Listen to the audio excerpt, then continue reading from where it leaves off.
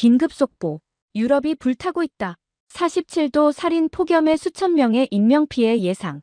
쓰나미처럼 밀려오는 열기. 인류 역사상 최악의 재앙 시작됐다. 지금 이 시각 유럽 대륙이 문자 그대로 지옥불에 휩싸였습니다. 포르투갈 47도, 스페인 46도, 프랑스 40도 돌파. 140년 역사상 최고 기온. 거대한 열기 구름이 쓰나미처럼 도시를 집어삼키고 산불 수십 건 동시 발생. 열사병 사망자 속출. 프랑스는 1350개 학교 긴급 폐쇄령. 단 나흘간 4,000명 사망 예상 전문가들의 충격 경고. 이것은 시작에 불과하다. 인류는 이제 영원히 이 지옥과 함께 살아야 한다.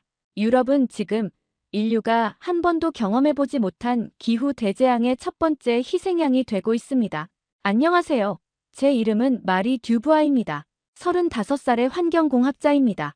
파리 제6대학에서 박사학위를 받고 지난 10년간 기후변화 대응의 최전선에서 일해왔습니다. 파리 협정이 체결되던 그 역사적인 순간에도 저는 현장에 있었습니다. 당시 25살의 젊은 연구원이었던 저는 희망에 가득 차 있었습니다. 인류가 드디어 기후변화에 맞서 단결했다고, 우리가 지구를 구할 수 있을 거라고 믿었습니다. 하지만 10년이 지난 지금 그 희망은 산산조각이 났습니다. 르몽드 신문의 헤드라인이 모든 것을 말해주고 있었습니다. 파리 사상 최고 기온 경신. 섭씨 46도 돌파. 신문을 읽는 것조차 고역이었습니다. 종이가 땀에 젖어 찢어졌고 잉크가 번져 글자를 알아보기 힘들었습니다. 하지만 굳이 신문을 읽지 않아도 상황은 충분히 알 수 있었습니다. 거리에는 앰뷸런스 사이렌 소리가 끊이지 않았고 병원들은 열사병 환자들로 넘쳐났습니다. 어제 우리 동네에서만 12명이 돌아가셨어요. 피에르의 목소리가 떨렸습니다. 대부분 혼자 사는 노인분들이었대요. 에어컨도 없고 도와줄 사람도 없고. 프랑스의 사회보장제도는 세계 최고라고 자부했지만 이런 극한 상황 앞에서는 무력했습니다. 정부는 무더위 쉼터를 운영한다고 발표했지만 전력 부족으로 제대로 작동하는 곳이 거의 없었습니다. 일주일 전 저는 베를린에서 열린 긴급 기후 대응 회의에 참석했었습니다.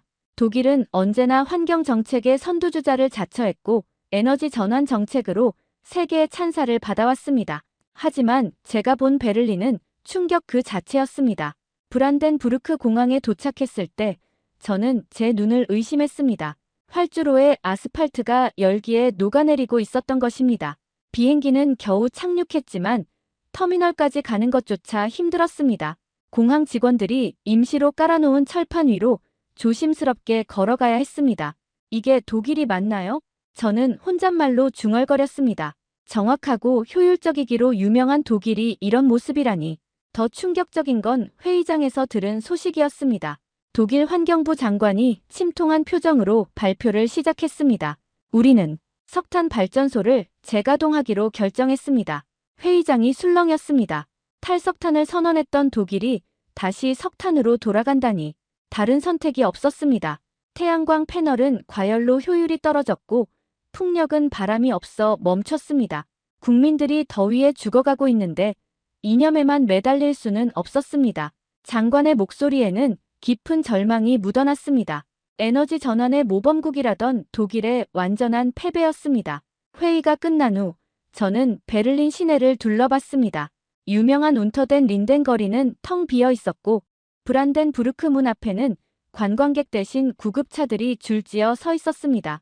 티어가르텐 공원의 나무들은 갈색으로 변해 죽어가고 있었습니다. 지난주에만 베를린에서 300명이 넘게 돌아가셨어요. 호텔 직원이 속삭이듯 말했습니다. 정부는 100명이라고 발표했지만 실제로는 훨씬 많아요. 시체 안치소가 모자라서 아이스링크를 임시 안치소로 쓰고 있어요. 베를린에서 파리로 돌아오는 길에 저는 로마를 경유했습니다. 이탈리아 동료들이 긴급 지원을 요청했기 때문입니다. 하지만 비행기에서 내려다본 이탈리아는 마치 지옥도 같았습니다. 포강 유역은 완전히 말라붙어 있었고 한때 유럽의 곡창지대였던 들판은 사막으로 변해가고 있었습니다. 산불이 곳곳에서 치솟았고 연기가 하늘을 뒤덮어 대낮인데도 어두컴컴했습니다. 로마 공항에 도착했을 때 저를 마중 나온 동료 지오반니의 첫 마디는 이랬습니다. 마리, 여기 와서는 안 됐어. 로마는 이제 끝났어. 과장이 아니었습니다. 로마의 기온은 섭씨 48도를 넘나들고 있었고 고대 로마 시대부터 이어져 온 분수들은 모두 말라붙어 있었습니다. 트레비 분수에 동전을 던지는 관광객은 없었고 대신 물을 구하려는 시민들이 텅 빈 분수 바닥을 뒤지고 있었습니다. 콜로세움도 문을 닫았어요. 돌이 갈라지기 시작했거든요. 지오반니가 씁쓸하게 웃었습니다. 2000년을 버틴 건축물이 기후변화 앞에서는 속수무책이에요. 이탈리아 정부도 혼란에 빠져 있었습니다. 총리는 국가 비상사태를 선포했지만 구체적인 대책은 전무했습니다. 전력망은 이미 붕괴 직전이었고 의료 시스템도 마비 상태였습니다. 시칠리아에서는 하루에 1000명씩 죽어나가고 있어요. 특히 팔레르모는 더 이상 도시라고 부를 수도 없을 지경이에요. 이탈리아에서의 충격이 채 가시기도 전에 스페인에서 더 끔찍한 소식이 전해졌습니다. 마드리드에서 일하는 동료 카를로스가 보낸 이메일은 마치 종말 영화의 한 장면 같았습니다. 말이 스페인은 끝났어. 과달키비르 강이 완전히 말랐고 에브로 강도 거의 바닥을 드러냈어. 안달루시아 지방은 이제 완전한 사막이 됐어. 세비야의 기온이 섭씨 52도를 넘었다고 하더군. 더 이상 사람이 살 수 있는 곳이 아니야. 스페인은 유럽에서 가장 먼저 기후재앙의 직격탄을 맞았습니다. 관광 대국이었던 스페인은 이제 관광객은커녕 자국민들조차 탈출하려고 안간힘을 쓰고 있었습니다. 바르셀로나도 마찬가지야. 사그라다 파밀리아 성당의 첨탑이 열 때문에 금이 가기 시작했어. 가우디가 이런 날이 올 줄 알았을까? 더 비극적인 건 스페인의 농업이 완전히 붕괴했다는 것이었습니다. 올리브 나무들은 모두 말라 죽었고 포도밭은 사막으로 변했습니다. 유럽의 과일 바구니라 불리던 발렌시아 지방은 이제 황무지가 되어버렸습니다. 유럽이 이런 참상을 겪고 있을 때 저에게 한 가지 희망이 있었습니다. 바로 중국이었습니다. 중국은 대대적으로 자신들의 기상조절 기술을 홍보하고 있었고 인공강우와 구름씨 뿌리기로 폭염을 통제하고 있다고 주장했습니다. 파리협정위원회의 자문위원 자격으로 저는 중국의 기술을 직접 확인하기 위해 베이징으로 향했습니다. 중국 정부는 저를 대대적으로 환영했습니다. 공항에는 붉은 현수막이 걸려 있었고 프랑스 저명 과학자 방중이라는 문구가 적혀 있었습니다. 듀부아 박사님, 중국의 위대한 성과를 직접 보시게 되어 영광입니다. 중국 기상과학원의 왕 웨이 부원장이 저를 맞이했습니다. 그는 자신만만한 표정으로 저를 안내했습니다. 내일 베이징 교외에서 대규모 인공강우 시연을 준비했습니다. 박사님께서 직접 보시면 놀라실 겁니다. 하지만 베이징 시내로 들어가면서 저는 뭔가 이상함을 느꼈습니다. 거리가 너무 조용했던 것입니다. 대낮인데도 사람들이 거의 보이지 않았고 상점들도 대부분 문을 닫고 있었습니다. 사람들이 다 어디 갔습니까? 제 질문에 왕 부원장은 잠시 당황한 표정을 지었습니다. 아, 그건 오늘이 특별한 날이라서 그렇습니다. 모두 집에서 쉬고 있죠. 거짓말이었습니다. 호텔에 도착해서 알게 된 사실은 충격적이었습니다. 베이징은 이미 일주일째 섭씨 48도를 넘나들고 있었고 시민들은 낮 시간에는 밖에 나올 수조차 없었습니다. 중국의 끔찍한 진실. 호텔에 짐을 풀고 나서 저는 창밖을 내다봤습니다. 베이징의 스카이라인은 스모그로 뿌옇게 보였고 거리는 유령 도시처럼 텅 비어 있었습니다. 그때 호텔 직원 한 명이 조심스럽게 제 방문을 두드렸습니다. 박사님, 제가 파리에서 유학했었습니다. 진실을 알려드리고 싶어서 왔습니다.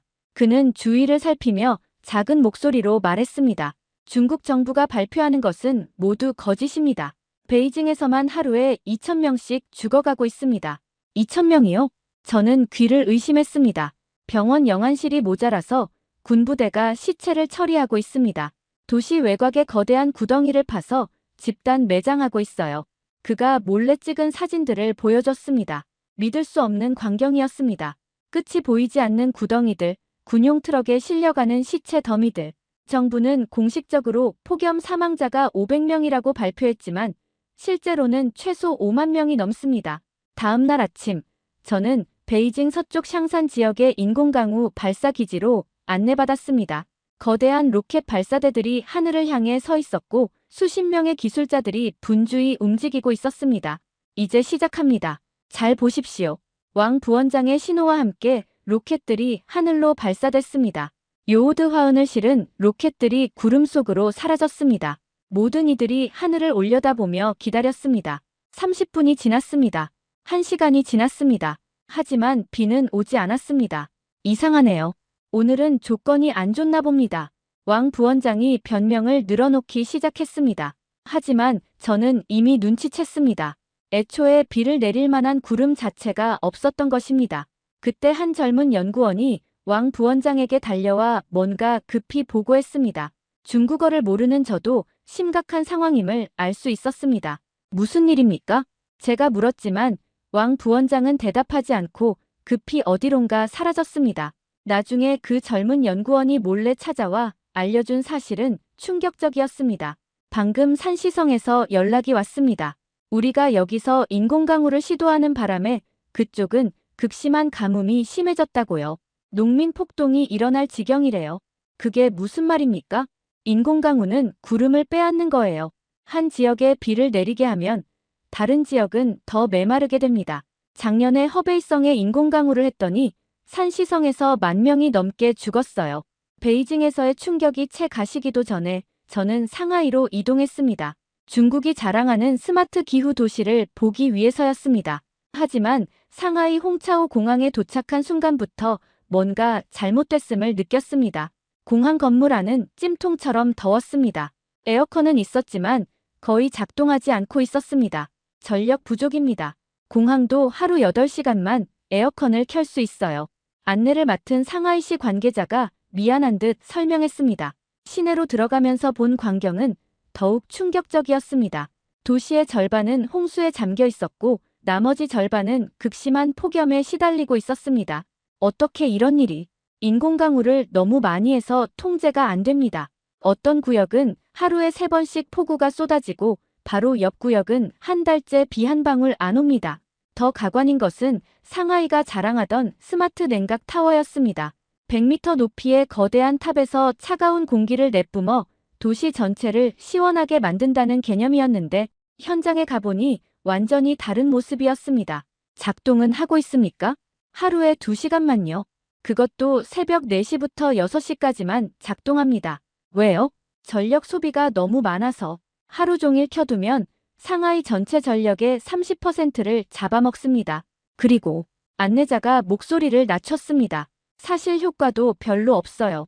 탑 주변 100m만 시원하고 그 이상은 소용없습니다. 5조 위안을 들여서 만든 전시용 쓰레기예요. 상하이의 한 대형 병원을 방문할 기회가 있었습니다.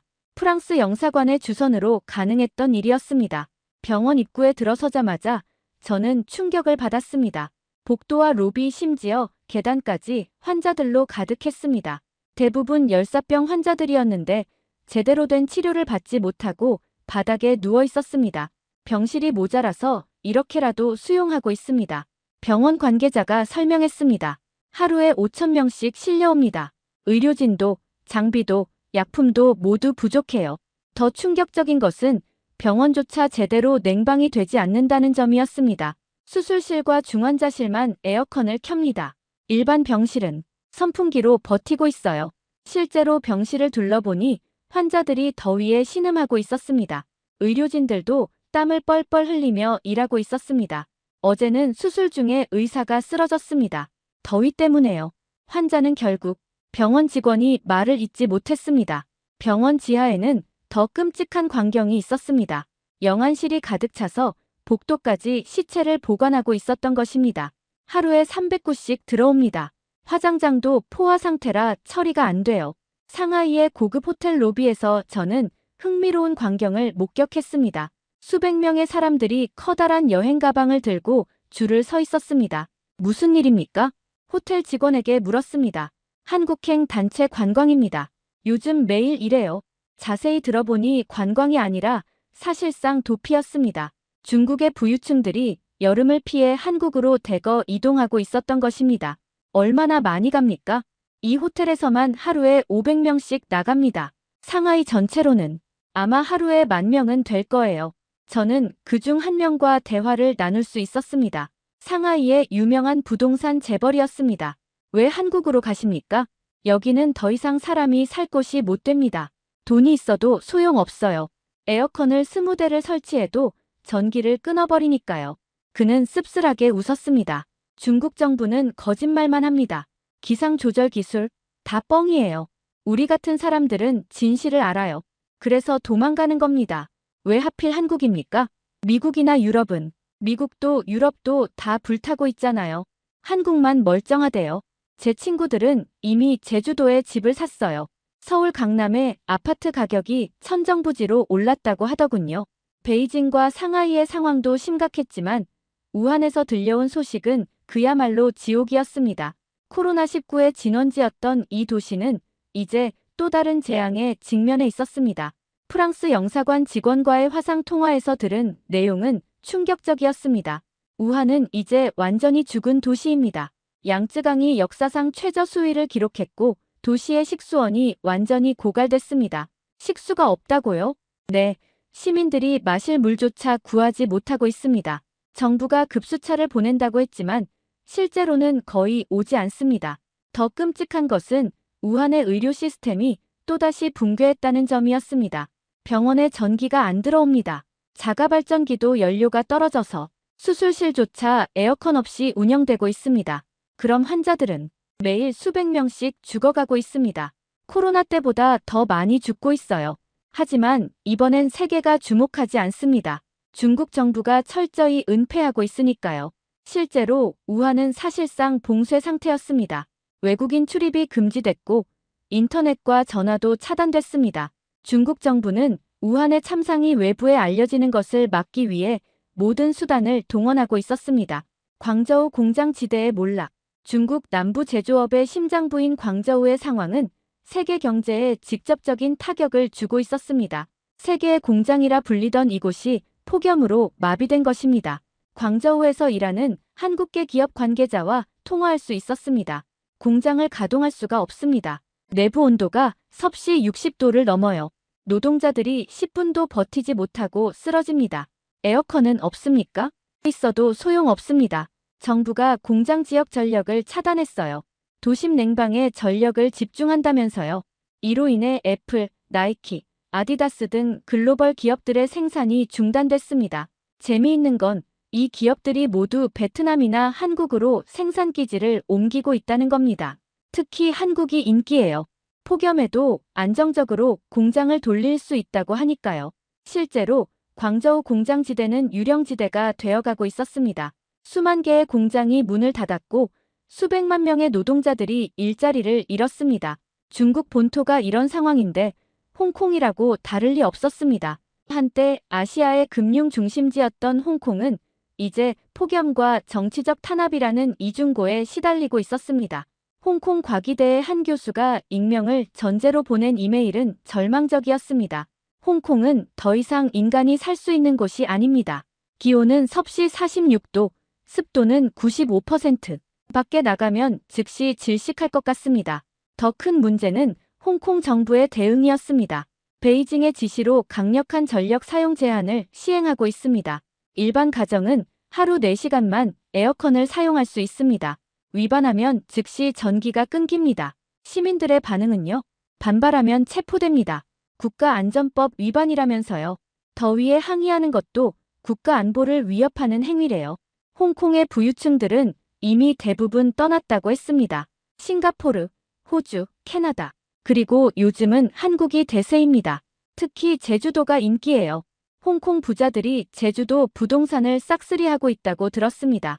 이 모든 재앙 속에서 중국 공산당은 권력 유지에만 급급했습니다. 진실을 은폐하고 책임을 회피하며 오히려 서방 국가들을 비난하기 바빴습니다.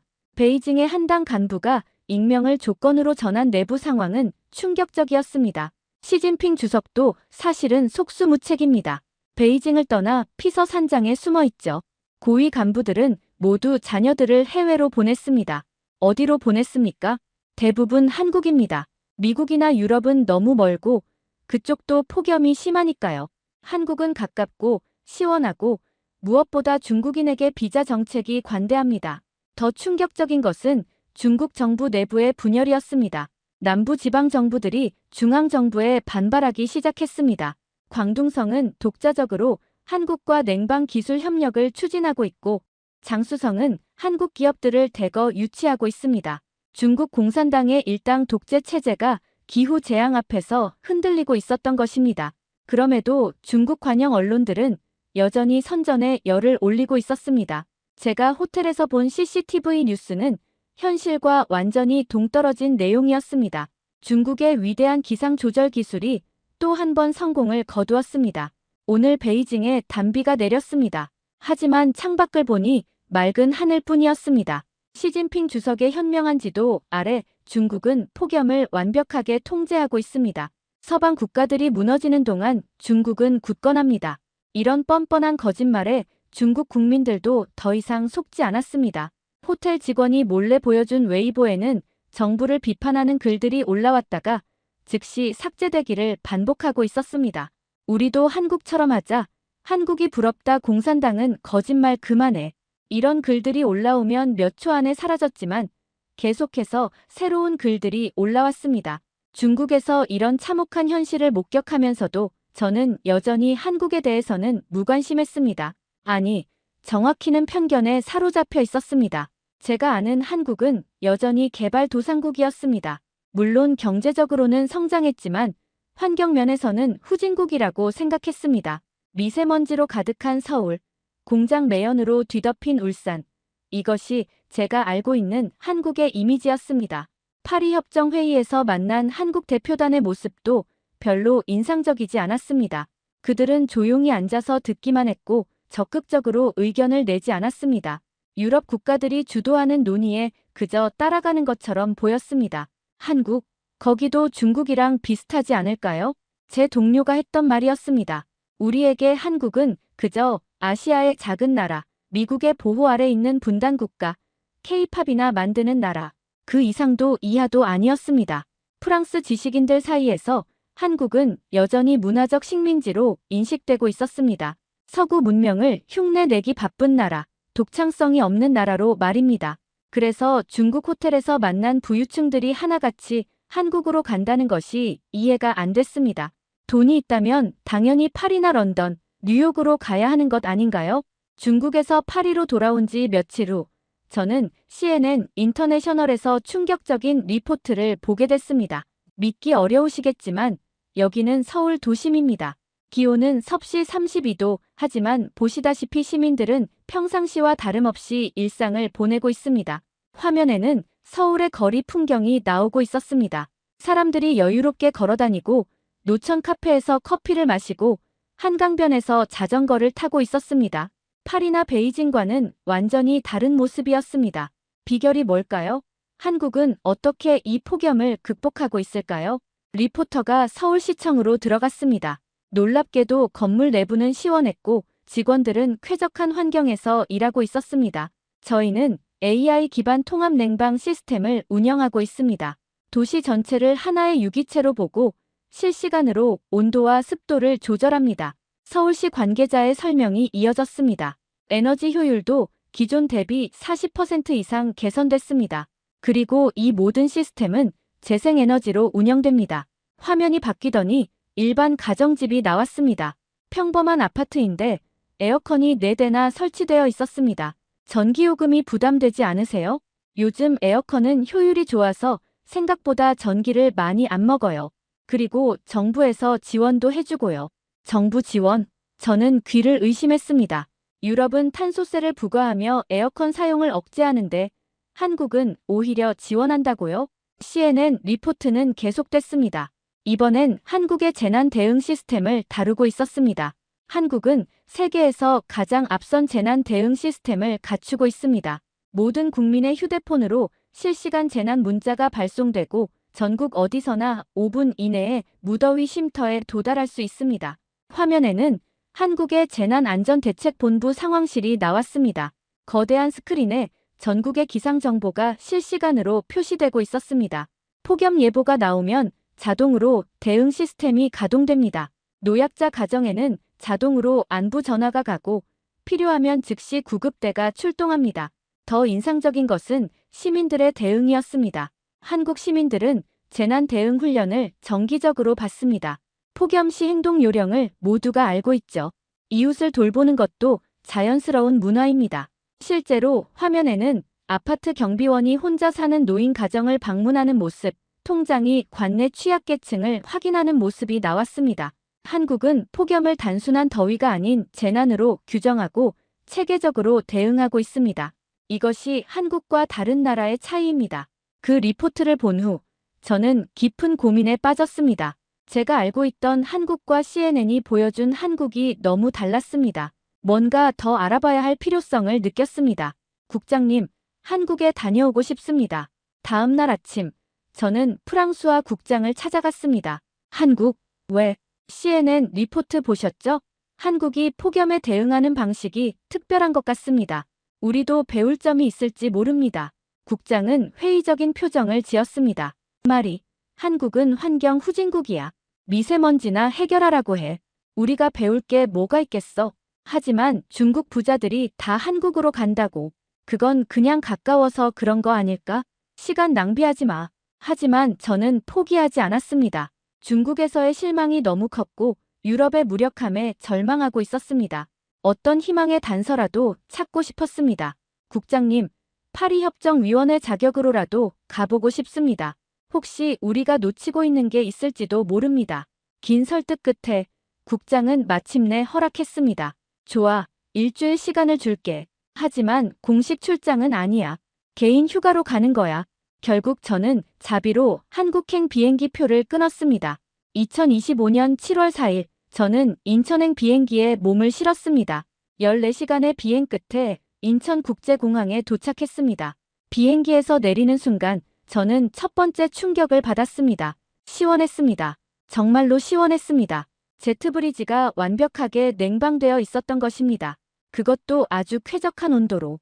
파리 드골 공항도 베이징 서우두 공항도 이 정도는 아니었습니다. 입국장으로 걸어가면서 저는 계속 놀라움을 금치 못했습니다. 거대한 공항 전체가 균일하게 시원했습니다. 어디 한 곳 더운 곳이 없었습니다. 이 넓은 공간을 다 냉방한다고? 전기는 어디서 나오는 거지? 더 놀라운 건 화장실이었습니다. 믿기 어렵겠지만 화장실에까지 에어컨이 설치되어 있었습니다. 프랑스에서는 상상도 할 수 없는 일이었습니다. 우리는 공공시설의 에어컨 사용을 최대한 줄이려고 노력하는데 여기서는 화장실까지 시원하게 만들어 놓았습니다. 입국 심사를 마치고 나오니 거대한 전광판이 눈에 들어왔습니다. 오늘의 전력 사용량 여유재생에너지 비율 43% 미세먼지 좋음. 실시간으로 환경 정보를 공개하고 있었습니다. 그것도 자랑스럽게 공항철도를 타기 위해 지하로 내려갔습니다. 또 한 번 놀랐습니다. 지하철 승강장까지 완벽하게 냉방이 되어 있었습니다. 파리 메트로는 여름이면 찜통이 되는데 이게 정말 한국 맞나요? 저는 혼잣말로 중얼거렸습니다. 기차를 기다리며 주변을 둘러봤습니다. 대형 스크린에서는 에너지 절약 캠페인 광고가 나오고 있었습니다. 하지만 그 내용이 독특했습니다. 에너지를 아끼면 포인트를 드립니다. 모은 포인트로 세금도 내고 쇼핑도 하세요. 강압적이지 않고 오히려 혜택을 주는 방식이었습니다. 프랑스의 에너지를 낭비하면 처벌합니다와는 정반대였습니다. 공항철도에 올랐습니다. 차내는 믿을 수 없을 정도로 시원했습니다. 아니, 시원한 정도가 아니라 추울 정도였습니다.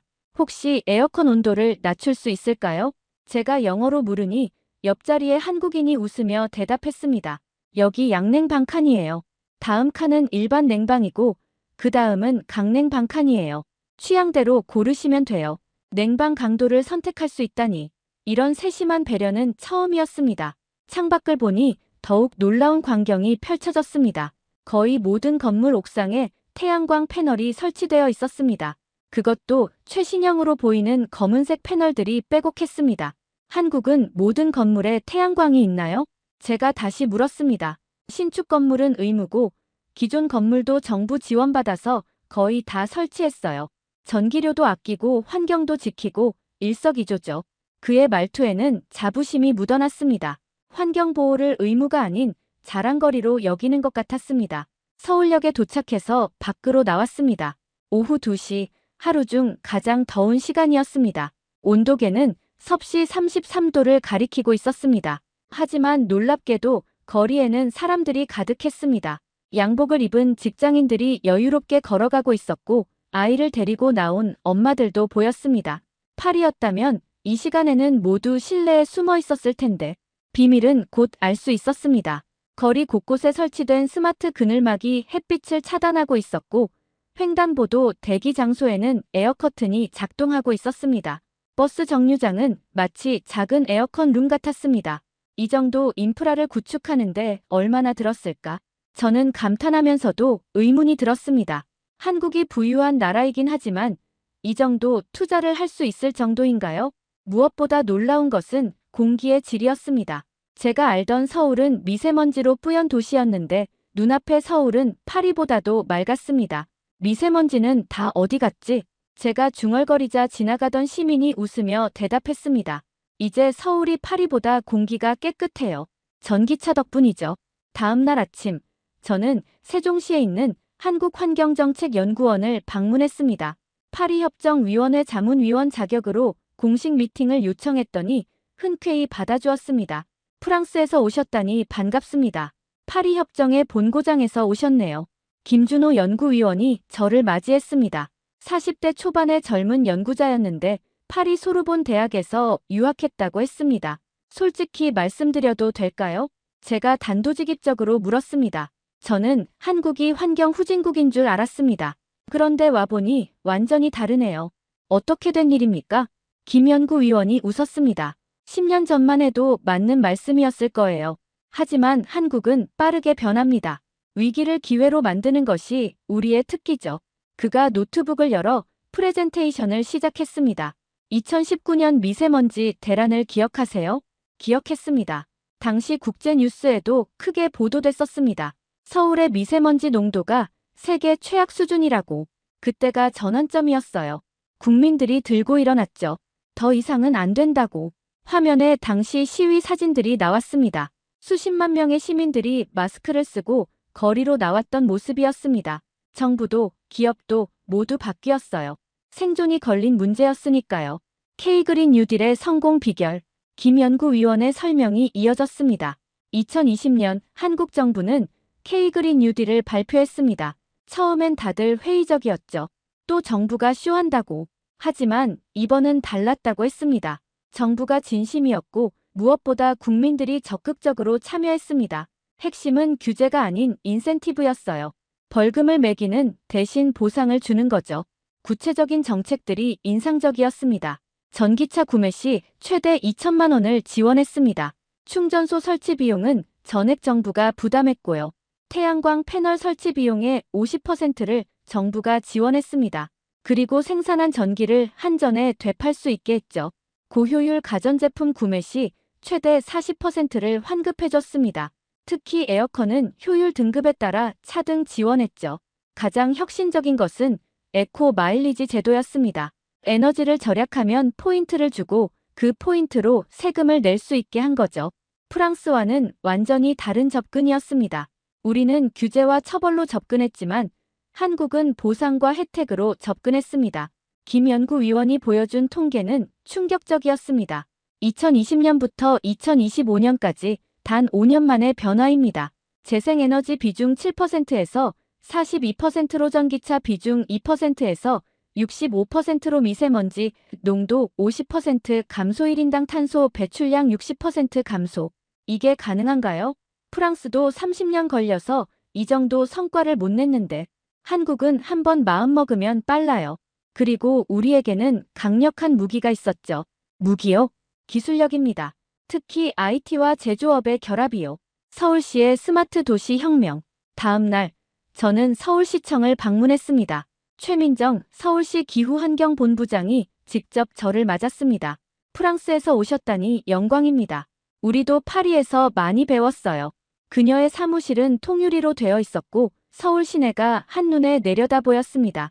저기 보이는 빌딩들 옥상에 뭐가 있는지 보이세요? 태양광 패널인가요? 맞아요. 서울시가 2022년부터 태양의 도시 프로젝트를 시작했거든요. 이제 서울은 도시 자체가 발전소예요. 그녀가 보여준 통합 관제 시스템은 놀라웠습니다. 서울 전역의 온도, 습도, 전력 사용량이 실시간으로 표시되고 있었습니다. AI가 이 모든 데이터를 분석해서 최적의 에너지 배분을 합니다. 예를 들어 화면을 조작하자 강남역 일대가 빨간색으로 변했습니다. 지금 강남역에 사람이 몰려 있어요. 자동으로 그 지역 냉방이 강화됩니다. 반대로 한적한 주택가는 절전 모드로 전환되고요. 이런 시스템으로 전체 에너지 사용량을 30% 줄였습니다. 똑같은 쾌적함을 유지하면서도요. 무더위 쉼터, 촘촘한 안전망, 그리고 이게 우리의 자랑입니다. 최 본부장이 다른 화면을 보여줬습니다. 서울 지도 위에 수천 개의 점이 찍혀 있었습니다. 무더위 쉼터입니다. 전체 3,500개가 서울 전역에 퍼져 있어요. 3,500개요? 네. 어디서든 걸어서 5분 이내에 도달할 수 있도록 배치했죠. 경로당, 주민센터, 도서관, 은행, 백화점, 지하철역, 모든 곳이 쉼터예요. 실제로 가까운 주민센터를 방문해 봤습니다. 에어컨이 시원하게 작동하고 있었고 쉴 수 있는 공간이 넓게 마련되어 있었습니다. 어르신들이 많이 오세요. 아침에 오셔서 저녁까지 계시는 분들도 있어요. 직원의 설명이었습니다. 단순히 시원한 곳만 제공하는 게 아니에요. 혈압도 재드리고 건강 상담도 하고 필요하면 병원에 연결해드려요. 한쪽에서는 어르신들이 장기를 두고 있었고 다른 쪽에서는 요가 수업이 진행되고 있었습니다. 단순한 피난처가 아니라 커뮤니티 공간이었습니다. 하지만 가장 중요한 건 시민들의 참여예요. 최 본부장이 강조했습니다. 에코 마일리지 시스템 아세요? 자세한 설명을 들으니 정말 획기적이었습니다. 시민들이 전기, 가스, 수도를 절약하면 그만큼 포인트를 적립해주는 제도였습니다. 이 포인트로 뭘 할 수 있나요? 세금 납부, 대중교통 이용, 문화시설 이용, 심지어 마트에서 장보기도 가능해요. 실제로 앱을 보여줬는데 게임처럼 만들어져 있었습니다. 내 에너지 사용량이 실시간으로 표시되고 이웃과 비교도 가능했습니다. 지금 서울 시민 70%가 가입했어요. 재미있게 경쟁하면서 에너지를 절약하는 거죠.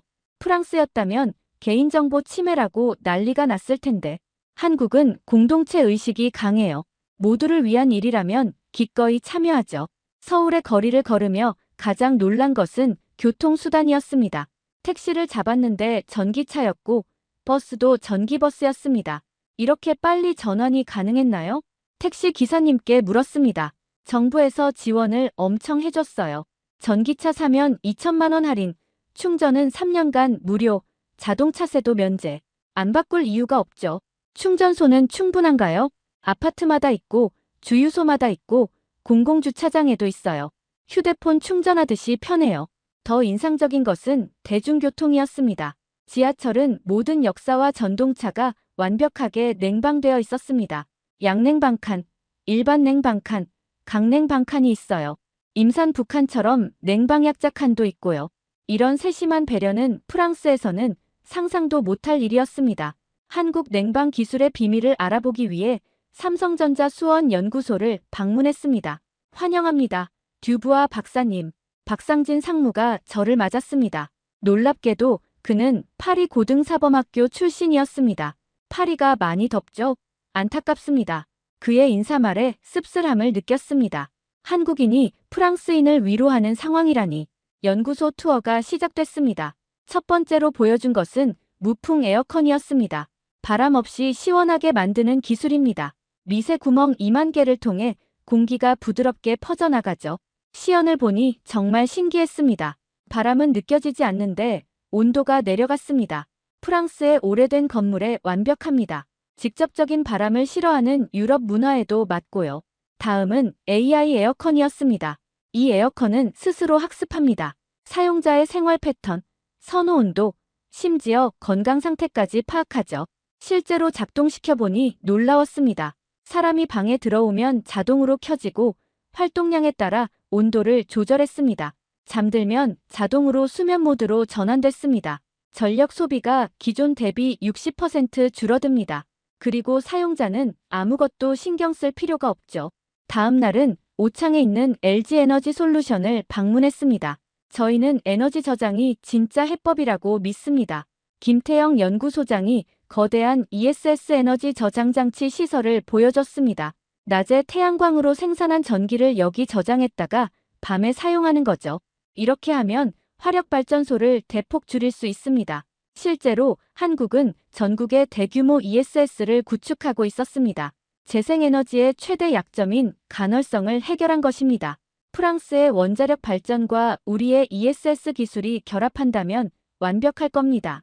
김 소장의 제안이 인상적이었습니다. 프랑스의 안정적인 원전과 한국의 유연한 저장 기술의 결합. 생각만 해도 흥분됐습니다. 울산의 현대자동차 본사에서는 더 놀라운 미래를 봤습니다. 수소가 답입니다. 정의선 회장이 직접 설명에 나섰습니다. 수소차는 단순한 자동차가 아닙니다. 움직이는 발전소죠. 실제 시연이 인상적이었습니다. 넥소 수소차 한 대로 일반 가정집에 일주일간 전기를 공급할 수 있었습니다. 재해 시에 특히 유용합니다. 정전이 되어도 수소차만 있으면 냉방도, 냉장고도 다 작동시킬 수 있어요. 더 놀라운 것은 울산시 전체가 수소도시로 변모하고 있다는 점이었습니다. 수소버스 500대, 수소트럭 1000대, 수소 선박까지. 울산은 세계 최초의 수소 경제 도시가 될 겁니다. 실제로 울산의 대기질은 놀라울 정도로 깨끗했습니다. 공업도시라는 이미지는 온데간데 없었습니다.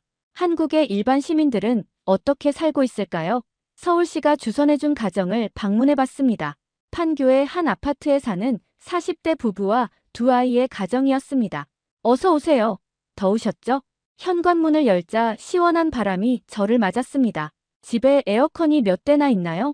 거실에 하나, 안방에 하나, 아이들 방에 각각 하나씩. 모두 4대네요.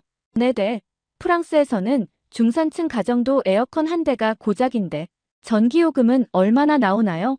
한 달에 20만 원 정도요? 하지만 옥상 태양광에서 생산한 전기를 팔면 10만 원은 벌어요. 실질적으로는 10만 원만 내는 셈이죠. 더 놀라운 건 집 전체가 스마트홈으로 구성되어 있다는 점이었습니다. 빅스비, 거실 온도 한도 낮춰줘. 음성 명령만으로 모든 것이 조절됐습니다. 외출하면 자동으로 절전 모드로 전환되고 귀가 시간에 맞춰 미리 냉방을 시작한다고 했습니다. 이런 시스템 구축하는데 비용이 많이 들었겠네요. 정부 지원받아서 반값에 했어요. 그리고 전기료 아끼는 걸 생각하면 오히려 이득이죠. 아이들이 그리는 미래. 그 집 아이들과도 대화를 나눴습니다. 초등학교 5학년과 3학년이었습니다. 학교는 시원해. 네. 교실마다 에어컨 2대씩 있어요. 그리고 공기청정기도 있고요. 학교에서 환경 교육도 받아. 그럼요. 매주 금요일은 그린데이예요. 에너지 절약하는 방법 배우고 실천하면 상도 받아요. 한 아이가 자랑스럽게 상장을 보여줬습니다.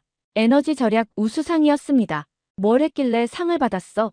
교실 불 끄기 당번을 제일 잘했어요. 그리고 급식도 남기지 않았고요. 음식물 쓰레기도 에너지를 낭비하는 거래요. 아이들에게 환경보호는 의무가 아닌 게임이고 자랑거리였습니다. 이런 교육을 받고 자란 세대가 만들어갈 미래는 어떤 모습일까요? 마지막으로 환경부를 방문했습니다. 장관이 직접 시간을 내주었습니다. 한국의 성공 비결이 뭐라고 생각하세요? 제 질문에 장관은 잠시 생각하더니 답했습니다. 첫째, 국민의 공감대입니다. 미세먼지로 고통받던 국민들이 진심으로 변화를 원했어요. 둘째, 기업의 기술력입니다. 다행히 우리에게는 세계적인 기술 기업들이 있었죠. 셋째, 정부의 과감한 투자입니다. GDP의 3%를 그린 뉴딜에 투자했어요. 마지막으로 빠른 실행력입니다. 논의만 하고 끝나는 게 아니라 즉시 실행에 옮겼죠. 그리고 한 가지 더 있습니다. 장관이 미소를 지었습니다. 우리는 완벽하지 않다는 걸 인정했어요. 실수를 두려워하지 않고 계속 개선해 나갔죠. 그게 진짜 비결입니다. 일주일간의 한국 방문을 마치고 파리로 돌아가는 비행기 안에서 저는 완전히 다른 사람이 되어 있었습니다. 한국은 제 모든 편견을 깨뜨렸습니다. 환경 후진국이라고 생각했던 나라가 사실은 환경 선진국이었습니다. 우리가 이념 논쟁을 하는 동안 그들은 조용히 실천하고 있었습니다. 특히 인상 깊었던 것은 한국인들의 자세였습니다. 그들은 불평하지 않았습니다. 정부 탓, 기업 탓을 하지 않았습니다. 모두가 자신이 할 수 있는 일을 했습니다. 반면 우리 프랑스인들은 어떤가요? 정부가 뭔가 하려고 하면 시위부터 합니다. 불편을 감수하려 하지 않습니다. 그러면서 기후변화를 걱정합니다. 이제 선택의 시간입니다. 한국처럼 변할 것인가? 아니면 이대로 무너질 것인가? 저는 희망을 선택하겠습니다. 한국이 보여준 길을 따라가겠습니다. 돌아가면 저는 이 모든 것을 알릴 것입니다. 프랑스도 유럽도 할 수 있다고. 한국이 했다면 우리도 할 수 있다고. 기후변화는 막을 수 없을지도 모릅니다. 하지만 극복할 수는 있습니다. 한국이 그 증거입니다.